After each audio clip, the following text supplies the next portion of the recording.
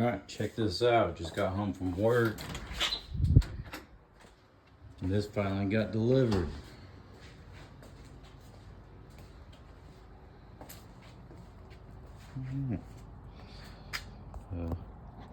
I'm doing this on my phone, so I'm gonna go ahead and charge up the GoPro and get something to eat, and then we'll get in. The reason I said finally is it took me 1 month from the time that I ordered this until the time I received it.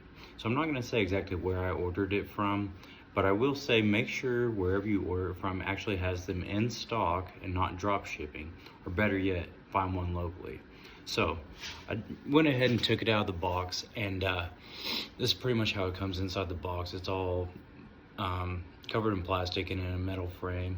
And the reason I want to put this video together is I think one of the reasons these Chinese bikes, aside from maybe poorer choice of materials and build quality, is whenever people get them, they just kind of put them together and don't pay attention to how they're assembling it and lubing the chain, changing the oil, putting Loctite on, all those things that are necessary.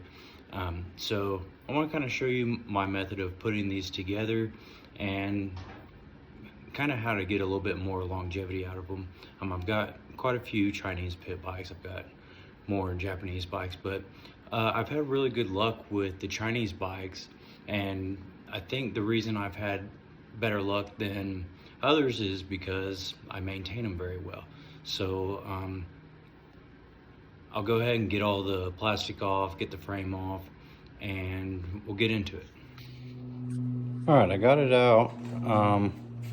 So pretty much there's not a whole lot to do. It looks like put the front wheel on, put the bars on, bolt in the rear shock, and go over everything and change the oil, and it should be good. Something I forgot to mention is I did go ahead and get these ODI podium bars and some Pro Taper grips. I wanted to order a new carb, but I wasn't exactly sure what kind of carb came on it.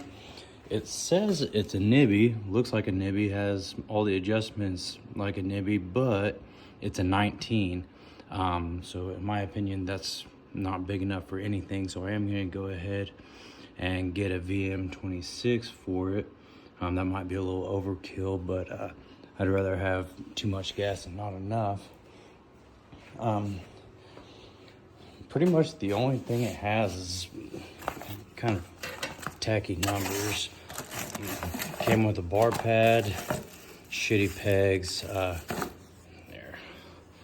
So they installed shift side but not brake side. Don't understand why, but it does have this little baffle in there for the exhaust. Probably run that. Cheap vent cap. That's about it. So I am going to get a new shifter. It's just one of those little crappy chrome ones, probably a kickstart, but this one is the electric start, so I actually might just delete that and put a cover on it, like the 110 cover on it. Brakes seem like they're already bled. It is kind of spongy, so I'll try to push a little bit more air out of that, but it looks pretty straightforward. See how long it takes, and I'm gonna show off my Christmas present from my wife. This is the Boxo Moto Box. I'll do a separate video on this, but it's a pretty slick toolbox.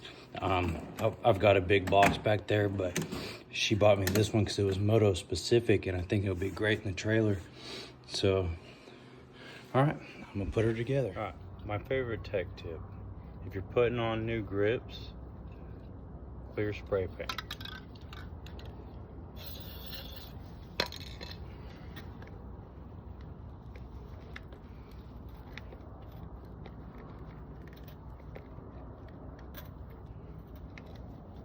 All right. Slide right on, let them dry, and that's it. All right, I'm gonna go ahead and do the first startup. I changed the oil, checked the valves, put a new spark plug in. All right, let's see what happens.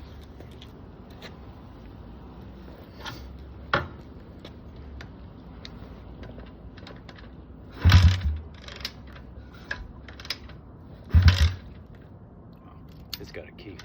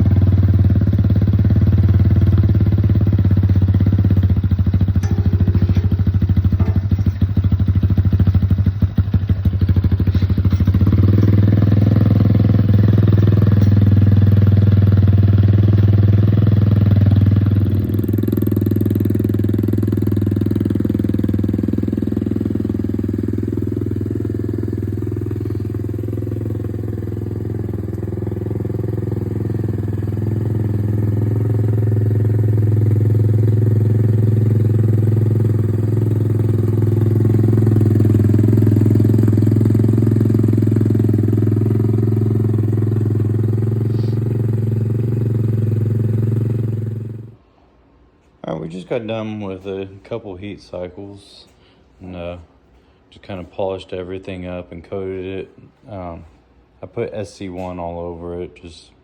I put it on every single one of my bikes and they all look brand new. So that's the reason I do that, is because if they get dirty, you just spray it off with water and it just falls off. But let's go over this thing. This is the electric semi-auto version, so no clutch. I thought that was going to be an issue, but it's not a big deal. It's kind of cool, just putt around on. It does have adjustable forks, rebounds up top, compressions down low. Both of them are adjustable for compression and rebound. That's kind of different to me, but that's the way it is. It is a 110. Definitely faster than like a KLX 110. I haven't actually rode a modded CRF 110, so I don't know about that, but it definitely feels faster than my 110L. The tires are kind of shitty. I don't really like the tires, but I mean, it's kind of be expected. There's very small. I'll get Midas's. I put the Midas pit cross on everything, and please ignore the mess. I've got so many projects going on, but it's got nice suspension. I mean, that's kind of one of the main things. It does have the D&M rear shock on it. And overall, for a Chinese bike, this is kind of top quality, I think. It looks like it has like the KX65 style plastics on it. I don't know. Maybe the Huskies will work on it. Seat doesn't have a whole lot of padding, but if you're riding a pit bike the way a pit bike should be ridden, probably not going to spend a whole lot of time on that. But it's a nice little bike. I'm obviously still breaking it in. I do believe in going through the break-in cycle, so I haven't ripped on it yet, but it runs good, rides good.